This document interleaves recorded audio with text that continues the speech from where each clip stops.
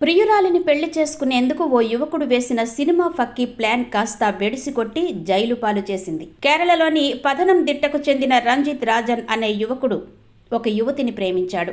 ఎలాగైనా ఆమె కుటుంబ సభ్యుల దృష్టిలో హీరో అనిపించుకుని వారిని ఇంప్రెస్ చేసి పెళ్లికి ఒప్పించాలన్న ఒక ప్రమాదకరమైన పథకం వేశాడు.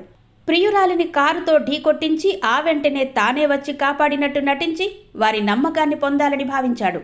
తన స్నేహితుడు ఎజెస్తో కలిసి ఈ ప్రణాళికను అమలు చేశాడు. యువతి కోచింగ్ సెంటర్ నుంచి స్కూటీపై ఇంటికి వెళుతుండగా ఎజెస్ తన కారుతో ఆమెను బలంగా ఢీకొట్టి పారిపోయాడు.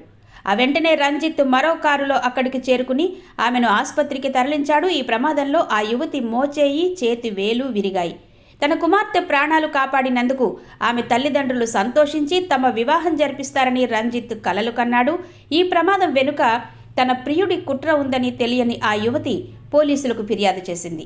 కేసు నమోదు చేసిన పోలీసులు సీసీటీవీ ఫుటేజీని నిశితంగా పరిశీలించగా ఢీకొట్టిన కారు ఎజెస్దిగా తేలింది. అతడిని అదుపులోకి తీసుకుని విచారించగా రంజిత్ వేసిన పథకం మొత్తం బయటపడింది.